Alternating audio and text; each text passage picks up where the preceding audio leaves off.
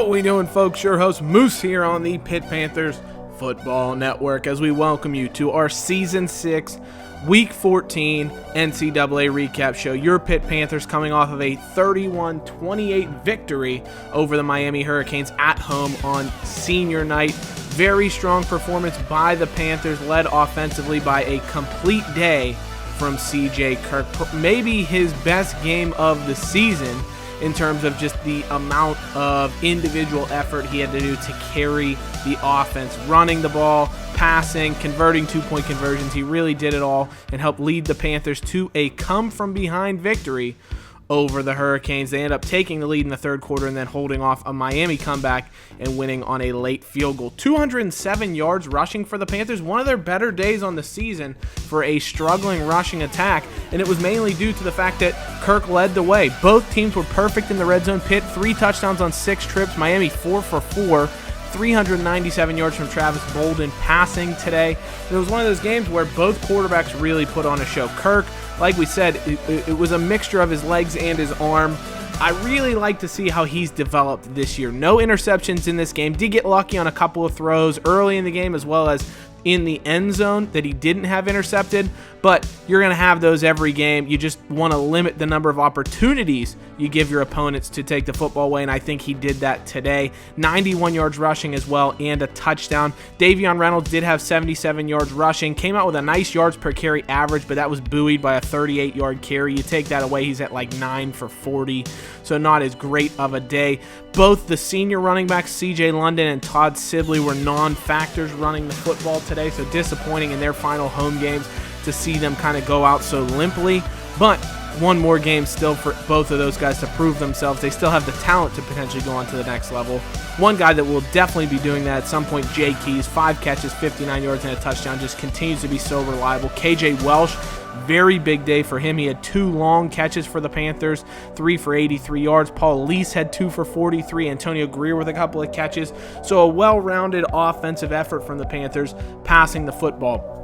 Great senior night for Ryan Henry. Couple of pancakes for the right guard, was really the only notable offensive lineman. On the defensive side of the football, Avery Heller, he's a guy that rumors are floating about his availability for next season, but for today, he put on a show. 12 tackles, 1 tackle for a loss. Quell Hampshire, a guy who doesn't have the highest rating, but he plays like a fantastic player. 8 tackles, 1 sack, 1 interception on a 4th down conversion attempt for Miami. Great to see the Panthers pass rush finally have a nice day. It helped the Miami pass on majority of their plays to give Pitt just more opportunities to get after the quarterback. But Calvin Carlson with a sack, Malachi Bordeaux, Ryan Lumpkin even getting after the quarterback, a guy who's played defensive tackle limited amounts for the Panthers, always been a second teamer, comes in and gets a sack in this game, which is fantastic to see. Pitt does force some turnovers as well, which is fantastic. Whaley with an interception, Hampshire with an interception. The Panthers forced a couple of fumbles as well, or forced a fumble as well. So a great game all around. Nice to see Pitt finally win the turnover battle for once in this particular outing. For Miami, like I said, Bolden was fantastic passing the ball, 397 yards, 3 touchdowns. Hayden Webb, their freshman punter, did get entrusted with a conversion attempt on a fake punt. That was intercepted by Quell Hampshire. It was one of those things where he only had really one guy to throw to because they sent a couple of guys deep. They had one open receiver, and Quell Hampshire undercut that route and made the interception. Tavon Murphy did a nice job running the football for Miami, but they just didn't lean on the rushing attack very much. He had a touchdown, averaged over 5 yards a carry. Siegel was over 5 yards a carry, but Miami established the pass very early. And then they just leaned on that all day. 6 receivers with over 10 yards a catch and multiple catches on the game. Adrian Randall, 5 catches, 50 yards, 2 touchdowns. Travis Simpson, 8 catches and a touchdown. Derek Sisk, maybe a bit of a quiet game from their number 1 receiver, but he still was a threat, 4 for 52. Simpson did have 2 drops, but a very good game for Miami throwing the ball. Brandon Martin had an up-and-down affair. 3 sacks allowed, 2 pancakes for the Miami linemen, but overall their offense was very solid. The Panthers just did just enough to outscore the Hurricanes, and of course the turnovers were a big factor in that as well. Miami got after the quarterback, made some deflections, but it was one of those games where it was a back-and-forth affair. The Panthers went down early, they battled back, took the lead. Miami leveled things up, but the Panthers did just enough to come out victorious in this one. And so that'll wrap things up for your Panthers, but still plenty to play for around the country. Teams looking to both finish up their seasons well as book berths into conference championship games. Interestingly here, Virginia gave Virginia Tech all they could handle, loses by 3 to their rivals. Georgia beats Georgia Tech in a non-conference rivalry matchup there. Carter Ford, 4 touchdowns for the Bulldogs. Wake gets a victory over a struggling NC State squad. Florida outlasts Florida State 31-28. Clint Franklin leading the Gators from behind over Florida State in this one. Huge game there from the former Heisman favorite who had a down season but 4 touchdowns in this one. Clemson just escapes a comeback effort from South Carolina, but they get the win to go to 11-1 and put themselves on a precipice of a college football playoff berth. And incredibly, they're going to be playing the North Carolina Tar Heels. North Carolina beats Duke 35-7. Virginia Tech beats Virginia 31-28. Those two teams tie atop the Coastal Division, but North Carolina will win the tiebreaker by virtue of their win over Virginia Tech. Cincinnati, close affair there as they escape Temple 31-26. Ohio State blows out Michigan 41-17. Really big game there. D.D. Harris with a touchdown passing, but running the football is where he really made it count for the Buckeyes. A couple of touchdowns there for the junior quarterback. That's going to put Ohio State in the Big Ten championship game. Kentucky pulling the upset with a late touchdown over Tennessee. A pick six late in the third quarter also helped contribute to the victory for the Wildcats, and what that does is that knocks Tennessee out of the SEC championship game, incredibly enough. Florida will get in by virtue of having the better SEC record now, despite the fact that Tennessee beat the Gators. Indiana knocked off Penn State, huge upset there for the Hoosiers to cap off a very impressive Big Ten season that gets them to bowl eligibility. Baylor 44-38 over Texas. The win gives the Bears the berth into the Big 12 championship game to take on undefeated Oklahoma in overtime. Adam Harper, Baylor's quarterback, who missed a good chunk of this season due to injury. Who knows, if he didn't go out very early in the season, they may be even better than 9-3. He's been that good for them. For Texas, they brought in Giovanni Perry, and look at Harper's stats. 500 yards passing, 5 touchdowns. Incredible day there. Hartman had 113 and a touchdown. Atkins had 2 touchdowns. Their running back had 118 yards and a couple of touchdowns as well. And Giovanni Perry, the true freshman, comes in for an injured starting quarterback, Brad Kelly, I think is his name. He went out with an injury. Giovanni Perry comes in, has an incredible day, nearly leads Texas to the victory in a great performance from the true freshman. He's been so good every time we watch him come in. I feel like we check in on Texas's scoreline. He comes in, plays fantastically. He'll definitely be the starter for the Longhorns as a sophomore next year. Bama escapes Auburn in the Iron Bowl 31-28. They're not going to go back to the SEC championship game, but they do finish the regular season 9-2.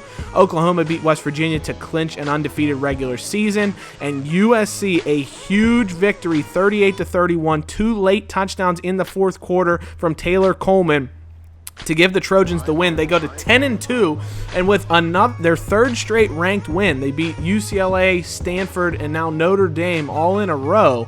That means the Trojans, they're going to take on Washington with an opportunity to get 4 straight ranked wins and go to 11-2 and potentially make some late noise in the college football playoff conversation, especially because they have very good losses that they would be undoing, especially if they can beat Washington. Dustin Young, great game for him. Only 1 touchdown in this one, but almost 400 yards of offense for the senior quarterback and one of the favorites for the Heisman, as Ole Miss beats Mississippi State and wraps up their berth in the SEC championship game as well. So big game there for the Rebels. Keaton Harmon McLean, outside linebacker for Cal, 3-sack performance, 7 tackles for a loss. What a game for him. 5 sacks on the season, and he's got 18 career sacks as an outside linebacker, 28 passes defended. I mean, this guy's a tank. He's going to be in the NFL next season for certain. He has a great game as Cal beats SMU. Joe Heath, 4 touchdowns, 407 yards receiving. What's incredible, he only has 569 yards receiving on the season. He had 80% of his receiving yards in this one game victory over Air Force. What a performance for the Boise receiver. And Quell Hampshire, ACC Defensive Player of the Week, sack and an interception in Pitt's win over Miami, plus 8 tackles. Great game for him. Cornell Washington, the Syracuse sophomore quarterback, 70-yard performance, couple of touchdowns as the Orange beat Boston College. Over in the Big Ten, Joe Andrews, the senior quarterback for Illinois, they beat Northwestern. He wins Big Ten Player of the Week. Curtis Cooper, senior safety for Ohio State, sacking a forced fumble in their victory over Michigan. In the Big 12, Nate Johnson, middle linebacker for Kansas, with a solid performance. And then Adam Harper, like we already mentioned, 500 yards, 5 touchdowns as he single-handedly wills Baylor into the Big 12 championship game. Andy Cantrell, junior running back for Cincinnati, 139 yards rushing and 2 touchdowns as they outlasted Temple to go to 11-0. Ricky Massey with a big day for UTSA, 222 yards and 3 touchdowns. Maurice White with 3 sacks for Marshall. Ben Guidry, 332 yards and 2 scores in the loss to USC. Darius Malloy with a pick in that loss for Notre Dame. Over in the MAC, Ryan Moore with Buffalo quarterback in a solid game. Of course, Joe Wright, we talked about. Joe Heath, but DeMarcus Wright with a great game. Austin McLaughlin, senior receiver for Colorado, 13 catches, 326 yards, 4 touchdowns. That puts him up to 85 receptions, 1,300 plus yards, and 16 touchdowns on the season. And 124 yards a game. He's been incredible. 220 career grabs is a fantastic 4-year number. And he's had a special breakout in his senior year. He's not even in the Biletnikoff top 12. I don't know how that happened, but a great game for him. For Florida, Malik Marshall, 10 catches, 4 touchdowns in that one. All 4 of Clint Franklin's touchdown passes went to Malik Marshall. Deontay Battle, the junior cornerback for LSU, also wins Player of the Week. Carson Moore, Troy quarterback, great performance for him. He's been very impressive. I like him as an under-the-radar player going forward next season for Troy. Puts in a 4-touchdown performance for the Trojans there. Going into Conference Championship Week and Week 15 of the regular season, Travis Huff, Dustin Young, Taylor Coleman seem to be the 3 guys to watch out for the Heisman race. Of course, Coleman, 4 touchdowns, leads USC past Notre Dame. Dustin Young with a touchdown, almost 400 yards for Ole Miss. And Travis Huff, another strong performance as Virginia Tech goes to 11-1. What will hurt him in the potential Heisman race is he does not have a conference championship game to play now, while Dustin Young and Taylor Coleman both do. Around the top 25 following these victories, Virginia Tech up to number 6, but again, they're not going to have a conference championship game to potentially help their resume for the college football playoff. Florida goes up to 7 with their win over Florida State. USC into the top 10 at number 9. Texas falls back to number 10 after losing to Baylor, who comes into the polls at number 19. Your Pitt Panthers go up to 13 with their win over Miami, who falls out of the rankings. Ohio State jumps up to 14 with the win over Michigan. Tennessee, the big loser of the week, that loss to Kentucky, drops them all the way back to number 16 at 10-2. I think they're probably better than that ranking indicates. Still definitely in the mix for a New Year's Six Bowl, but definitely out for the playoff now. Syracuse into the rankings at number 21. They go to 9-3 on the season. Cornell Washington, the sophomore quarterback, leading that turnaround. Georgia back into the polls as well at 23, as a number of teams in the 20s drop out of the polls. Penn State, Miami, Florida State, all included in that grouping. And the big thing to look at now is the ACC Coastal. Of course, North Carolina has won the Coastal Division by virtue of head-to-head tiebreaker over Virginia Tech. They're going to take on Clemson in the ACC championship game. Where the real question mark comes in then is, how does Virginia Tech fit into the whole national picture? They have the most points in the Coastal, the least points allowed. They've been one of the most dominant teams in college football all season. Their only loss was to North Carolina by, I think, 4 points, 31-27.